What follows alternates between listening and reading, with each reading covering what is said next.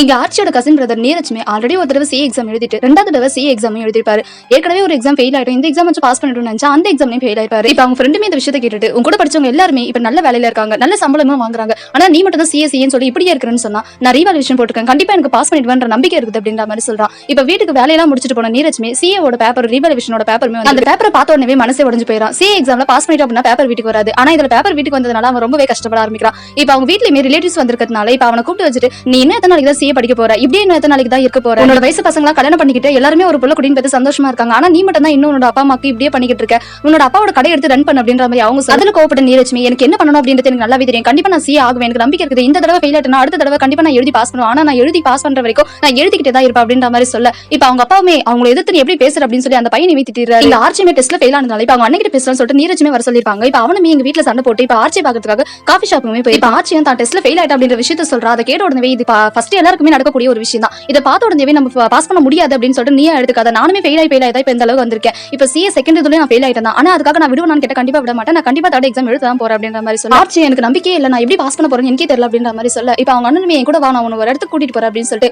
அவனோட கிளைண்ட் வீட்டுக்குமே கூட்டிட்டு போறேன். நீரஜும் அவர்கிட்ட என்ன மன்னிச்சிருங்க, நான் எக்ஸாம்ல ஃபெயில் ஆயிட்டேன், அதனால உங்ககிட்ட சரியா பேச முடியல, உங்களோட ஃபினான்ஷியல் சம்பந்தமா என்கிட்ட பேசுறதுக்கு எனக்கு ரொம்பவே சந்தோஷமா தான் இருக்குது, ஆனா நான் ஒரு ஆஃப் சிஏ மட்டும் தான், எனக்கு தெரிஞ்ச விஷயங்களை உங்ககிட்ட நான் ஷேர் பண்றேன், கண்டிப்பா நீங்க டாக்ஸ் பே பண்ண வேண்டிய அவசியமே இல்ல, நீங்க டாக்ஸ் பே பண்ணணும் அப்படின்னா நீங்க ஒரு குறிப்பிட்ட ஏஜ் தாண்டிட்டீங்க, அதனால இப்போ உங்களுக்கு டாக்ஸ் பே பண்ண வேண்டிய அவசியமே இல்ல, நீங்க கோர்ட்ல ஒரு கேஸ் போடலாம் அப்படின்ற மாதிரி சொல்ல இதை கேட்டதுமே அவருமே ரொம்ப எமோஷன் ஆயிடுறாரு. எல்லாருமே என்கிட்ட பணம் கேட்டாங்க, ஆனா நீ மட்டும் தான் இந்த அளவுக்கு எனக்கு தெளிவா எக்ஸ்பிளைன் பண்ண அப்படின்னு சொல்லிட்டு அவர் கொடுத்த எமோஷன்ல இப்ப ஆர்ச்சியுமே அங்க இருந்து என்ன பேசுறதுன்னு தெரியாம அமைதியா இருக்கா. இப்ப நீரஜும் ஆர்ச்சி கிட்ட இந்த ஒரு விஷயம் தான் எனக்கு ரொம்பவே பிடிச்சிருக்கு, இதனால தான் நான் சிஏ ஆகணும்னு நினைக்கிறேன், இப்ப நீ யோசி உனக்கு சிஏ ஆகணுமா வேண்டாமா அப்படின்றத நீயே திங்க் பண்ணு அப்படின்ற மாதிரி சொல்லிட்டு அங்க இருந்து போக இப்ப ஆர்ச்சியுமே நேரா வீட்டுக்கு போயிட்டு அதை பத்தி யோசிச்சுட்டு சரி ஓகே நம்ம கண்டிப்பா சிஏ ஆகணும், இந்த ஒரு விஷயத்துக்காக வாச்சுனா கண்டிப்பா நான் சிஏ ஆக போகிறேன் அப்படின்ற மாதிரி சிஏ ஃபவுண்டேஷன் எக்ஸாம்காக மும்மரமா படிக்கவும் ஸ்டார்ட் பண்றா.